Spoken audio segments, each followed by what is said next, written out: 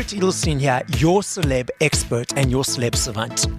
Celeb Savant is a weekly entertainment show. We have long-form career retrospective type interviews with celebrities, singers, actors, and industry experts.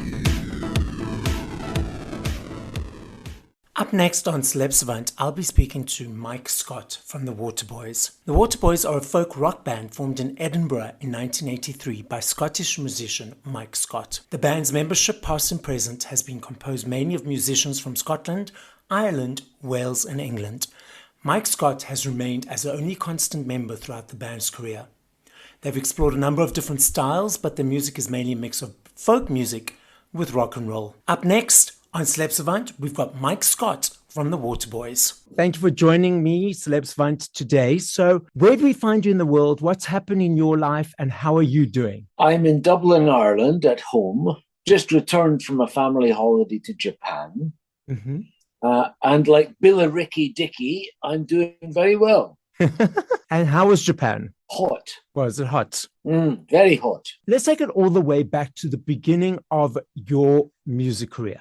I know it's many decades, so let's dive into the very beginning. What inspired you to start singing, being creative, creating music?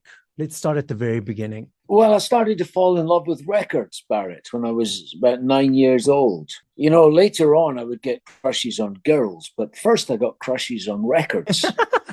Like my first love. And I decided then that what I really wanted to do was to live inside music and to make music. And a few years after that, one of my parents bought me a guitar, and then I taught myself to play. And I always had teenage bands, and really nothing ever replaced that. That was always what I wanted to do. It was always my number one interest. Where does the name The Waterboys come from? Why that name? It's in America. It's a well-known word because it means the boys who brought water to the chain gang or to the sports players.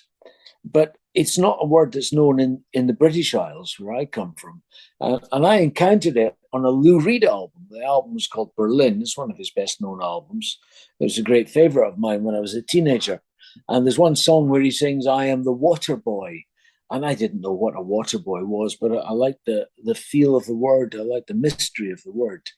So I picked it as my band name. And of course, soon after I started using it as my band name, people started saying, well, do you know what Waterboy is? Why did you choose that? And so on. And then I discovered what it actually means. Did it change your perception of the name once you discovered what it meant? No, I didn't really care because, you know, a band name is a band name, and its meaning changes as people associate it with the band. For example, you think of Led Zeppelin. Well, everybody thinks of the band when they hear that word. They don't necessarily think of a Zeppelin made of lead.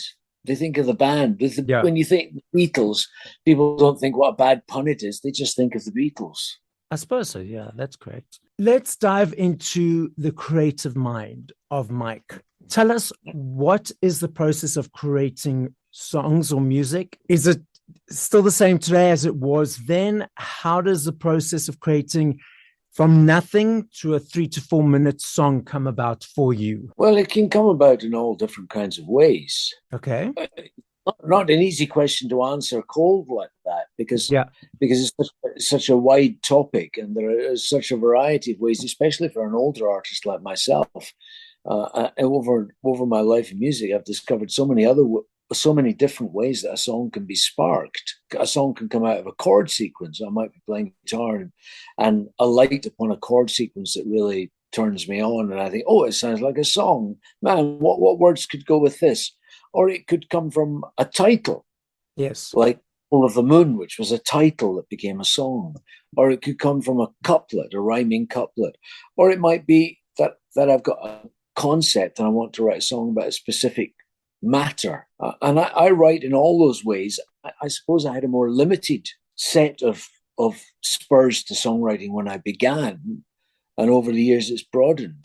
Speaking of the song, The Whole of the Moon, I'm not sure if you read that article or heard about that person who had lost their memory. And yes. And hearing that song sparked their memory to return. Yeah. How does that make you feel? And what does that mean to you? Well, do you know, it's not that big a deal, really, because obviously the song meant something significant to the chap, and I'm Yeah. very, very glad it him recover his memory. But it could have been any other song, really. I don't think it necessarily means that my song's a particularly amazing song because of that or anything. But of course, I'm touched that it meant so much to him that it Yeah. sparked his. Who inspires you? Some of your favorite artists that you listen to back in the 80s, 90s, and today, are they still the same artists, or are there any other artists that you have grown into, that are new artists that have come out in the later decades? Well, really, I started listening to music in the 1960s Yeah. when I was a kid. And my favorite artists then were the Beatles Yeah. and the pop artists of the day, soul music artists. And in fact, I didn't even think in terms of, apart from the Beatles, perhaps, I didn't think in terms of artists. I just thought in terms of songs or records.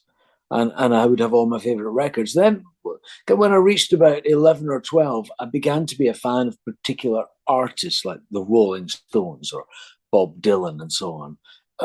And I still like those artists. I don't really listen to Bob so much these days, but I still love the Rolling Stones and the Beatles very much. And I still love all the soul music that I listened to as a kid, all the Motown music. And still, for me, that's the gold standard, really. Marvin Gaye singing "I Heard It Through the Grapevine." Nothing's ever beat that for me. But I still discover new artists. Yes, and I just discovered a band called the KCBs from Germany, Yeah. who I actually heard when I was in Japan. I was in a bookstore and there's this great music playing, funky music with a fantastic female voice, and it was the KCBs with a girl singer whose name, confusingly, is Bowie, spelled like as in David Bowie. Yes. And it's killer song. So I'm still open to hearing music anywhere and wherever. And music was, as you mentioned, it was vinyl, cassettes, CDs. These days, it's these digital platforms that people are consuming music through and by. What are your perceptions of the way consumers are now listening to music compared to back when you were a child or when you first started releasing music? Well, I probably don't have anything very interesting to say on this because it's such a widely disseminated topic that almost everything that could be said about it has been said. Yeah. Many people before me have commented that in the late 50s and early 60s, when the first generations of rock musicians were coming up, it was very hard for them to access the music. They would have to buy a record on an import, or they might have to tune into an offshore radio station after dark with a torch under their bedclothes to find the right place. And it was very, very hard for them to find the music, and that increased the value of the music and the mystery of the music. Yes. And, I'm mindful of people like Pete Townsend or John Lennon talking about how they would try to get the Radio Luxembourg single so they could hear the latest Little Richard single. And now, of course, it couldn't be more different because everybody's got almost all the music that's ever been made at the press of a button. And in some ways, of course, that's a great thing. And in some ways, it takes away the mystery of music. And I don't really have anything to add to that, except it's just the way it is. And all through the history of music, people have dealt with the way it is. And there's nothing you can do about it, really. I like what you said about it being a mystery, because these days, this whole album is released at, you can find all the information, whereas before it was like one single, and what would that single be? And then it would be another single, and a few weeks later, the album release, and you don't know what would be on the album. And it takes the mystery and the excitement has been taken away a little bit from that experience. So the younger generations these days won't know that experience of that, oh, we're going to be hearing the first single on this time on the charts or this time on the radio, and then the rest of the album will be a secret until you get it into your hands. So that whole mystery of finding everything out is, you're right, has been taken away. It's taken away that excitement, a little bit of excitement of the release of music, for me a bit. Well, actually, I disagree. Okay. Because if Taylor Swift goes online and says, my new album's dropping on Friday, millions of Taylor Swift fans will be incredibly excited, especially on Friday morning when they can download the album. So it's just moved into a different form. I suppose so, yeah. Easier to attain. Yes, definitely easier to obtain. Yes, Performing live. Tell me about that. I understand you'll be coming to South Africa shortly. yes. I look forward to seeing and hopefully meeting you in person. Tell us about your experience of performing live. What is that for you? And why does the stage keep calling you back each year? Oh well, I have always loved walking onto a stage. It's that experience of stepping out from the wings into the spotlight on the stage is one of the most exciting things in my life, and I never stop loving it.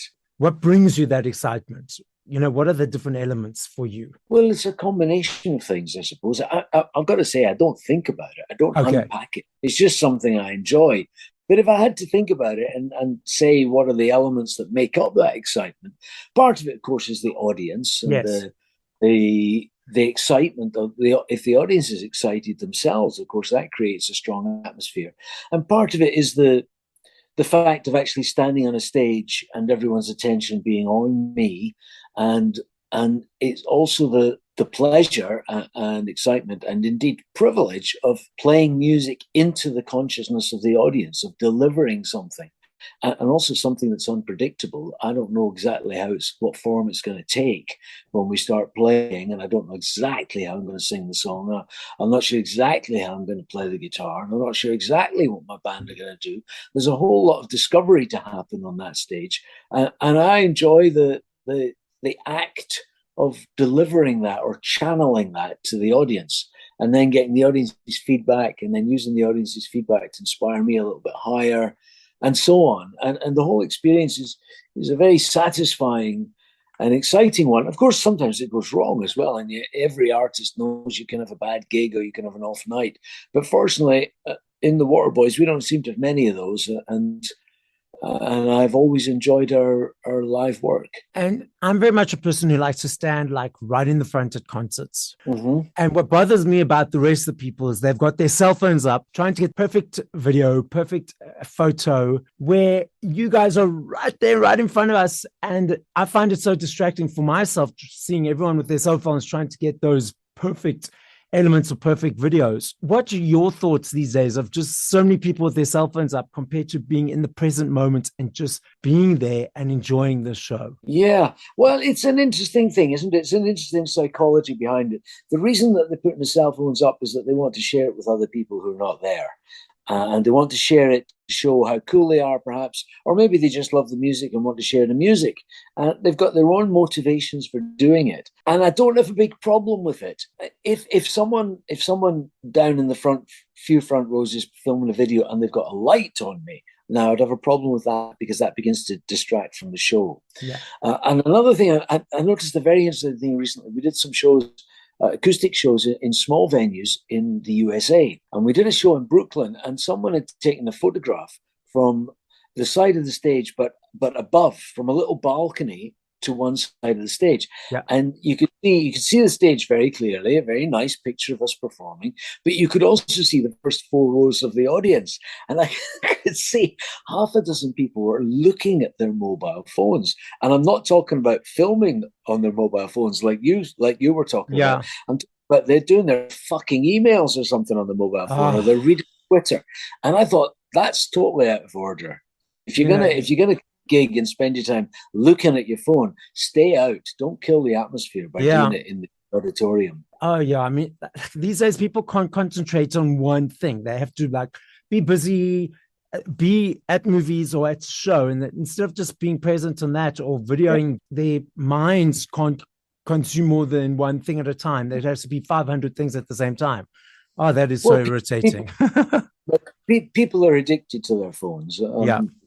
I'm probably addicted to mine. I think everybody is addicted to the mobile phone and to the accessing of information. We're in the information age, and it just goes with the territory. But I do think people sitting in the front few rows looking at the phones, that's out of balance. Yeah, I'm going to put you on the spot. I love this. So you must probably have already said one of the songs. Your top 5, not necessarily favorites, but your top 5 songs by other artists. I couldn't say definitively my top 5. There's no such thing. But I can pick out 5 favorites for you if you want. Yes, please. Absolutely. Well, one of my great favorites is White Shade of Pale by Procol Harum. Yes. like the classic single, most magnificent record. And Yes. how otherworldly it must have sounded when it was released. Of course, we're all incredibly familiar with it now, Yeah. but at the time in 1967, it must have sounded like a bulletin from another universe. I also very much love King Curtis's instrumental version of it. King Curtis was a great sax player. He's on many classic records. He's on the old Coasters records like Yakety Yak. And he played with Aretha Franklin and Eric Clapton and John Lennon and many greats. And he made his own singles too. And he did a fantastic live version of White Shade of Pale. It's used as the opening music on the film With Neil and I. Okay. He's probably best known these days for that. But his version of White Shade of Pale is absolutely magnificent. So perhaps that counts as two. And Yes. then for a third, to give you Jumpin' Jack Flash by the Rolling Stones. Okay. Sort of where I came in, really. That was number one, just when I was getting turned on to music. Okay. And for me, rock and roll's never got better than that. That's the summum bonum of exciting rock and roll to me. And I'll pick a few things from later years. I love Coney Island by Taylor Swift on Okay. her Evermore album. It's an absolutely magnificent track. She did it with the National, and a magnificent structure and very, very emotional. So I respect her very much. I love her music very much. And one One more. more. One more. One more. I'll pick someone from the punk rock days. God Save the Queen by the Sex Pistols. Okay. That's an incredibly exciting record. I remember when it came out, I played it 10 times in a row, full volume, just marveling at how much power and momentum was in the grooves of the record. Well, thank you for that. It's interesting top five. But so when you're listening to music, first time compared to listening to the same song 10 times later, are you listening to the lyrics, the construction, the energy? What is your listening experience of when you're listening to other artists' songs? When I listened to music as a kid, I just heard the overall atmosphere of the record. Okay. I didn't have any sort of discernment within it. But as soon as I became a songwriter, I began to tune in more to the quality of the lyrics and the difference between the lyric and the music and the way the lyrics served the music and vice versa. And then as soon as I became a recording artist, which would be when I was around about 2021, I began to notice the way that songs were recorded. And now I'm in my early 60s now. Now when I listen to a record, I hear all of that at once. I hear the atmosphere of the record. Mm-hmm. I hear lyrics. I hear how the lyrics interact with the rest of the record and the music of the record. I hear the music. I hear the work of the individual musicians. I hear the production. I hear the sound mix. I hear the relation of the song to the rest of the culture. I'm hearing the whole picture, really. And it's enjoyable doing that. But what I like best is when a song sweeps me up and makes me forget all of that. That's the best experience. And that Taylor Swift on Coney Island does that. Okay. Of course, I'm aware of what the drummer's playing and of when Taylor brings in a particular backing vocal and so on, and the choices that they've made in the mix. But the emotional sweep of the song overpowers that, overrules it, and that becomes my central experience in listening. And I'm very pleased that I can still do that. You've been recording for so long that sometimes, especially with the newest stuff, you might become cynical of the songs or what you're listening to. So the fact that you're able to let it sweep over is still amazing. Yeah. Well, I'm grateful for it anyway. I know you're coming to South Africa shortly. What's your previous experience of South Africa? But I've never been to South Africa. Oh, haven't you? Okay, so it's going to be your first time. Yeah. Oh, wow. Cool. So are you looking forward to that? Very much so, yes. Okay. I'll be very, very intrigued. I've never been to Africa. I will never, unless is it more south than Australia and New Zealand? I think maybe New Zealand is further south than Cape Town. Yeah. So I'll have been further south, but never been to Africa before. So of course, it's very exciting indeed. I've got a South African friend called Jacques Coetzer. Yeah. He's a visual artist who lived in Scotland for a few years, and he and I did a project together. So I'm hoping he and I are going to get together. Between your shows, are you going to take time to tour the country? Not tour the country, no. But we do have some time off. I think we've got a travel day between the two shows. So we'll see a bit of the place. Yes. I'm afraid I'm not a great tourist. I'm not so interested in going to see the tourist spots. So if you've got famous landmarks or museums, I'll I probably won't go and visit those. But if someone tells me about a great record shop or a great bookshop, I'll go and visit those. So the things related to your world more than the touristy things. Yeah, well, I've never been you know, it's partly because of the work I do. I'm a musician and I'm conserving my energy for the Yes. show. And so traipsing around a museum or a cathedral or an art gallery, it takes my energy Yeah. and leaves me like a show. And some of the band members actually like doing things like that. We had a keyboard player called Richard for many years, Richard Naif. He's an absolutely sterling fellow. And one of his favorite things was to visit cathedrals. Okay. And I thought, why on earth does he visit cathedral? Who would want to visit a cathedral? But he loved it, and it really worked for him, and it would really enhance his day. But it just doesn't work for me. I would have no interest in that. Yeah. But I suppose each person has their own thing, which, create the energy. Because when you guys perform, there's a lot of energy and it's a lot of hard work. The people on on Yeah, receiving end of it think, it's just an hour and a half show. But the traveling, the sound check, the energy to give, it's yeah, huge amounts of work on your guys' side. And I think a yeah. lot of people in the audience don't necessarily understand that, or sometimes Mm. appreciate all the energy that goes into it, all of it. Yeah, and you see, as a performer, I want my best energy for every show. Yeah. I want to be peak energy when I'm on stage. So that means I have to manage my day so that all my best energy is sort of banked for the show. Yeah. And I often notice during the day I'm very tired. I don't have much energy. I need to have a sleep, Yeah. especially as I get a little bit older. But sometimes I'm in the dressing room 20 minutes before the show and I'm yawning. I'm thinking, how can I possibly be on stage in 20 minutes? I've no energy. And then something happens about 5 minutes before the concert. It's as if someone switches a switch on my back and suddenly the energy comes on and I walk out and all the energy I haven't had during the day is suddenly available to me. It's a fantastic feeling. And so that also helps rule out any kind of sightseeing or tourist stuff. Yeah. So we're looking forward to the show. So, Mike, the podcast is listened to in South Africa, all around the world. As a Yeah. final message to our listening audience, what would you like to say? Well, do you know, I hear so often these days about what terrible times we live in. Yeah. And people are worried about the rise of authoritarianism, the attacks on women's physical rights and so on, and the attacks on democracy. And I am concerned about these things as other people are. But I also think that we've made incredible progress in the last 120, 150 years. We now, most of the people in the world have freedom of thought. We have freedom to choose religion. We have emotional freedom. And we have an incredible amount of information at our disposal. And so I think that there's that great saying about the arc of justice. The arc of history is long, but it bends towards justice.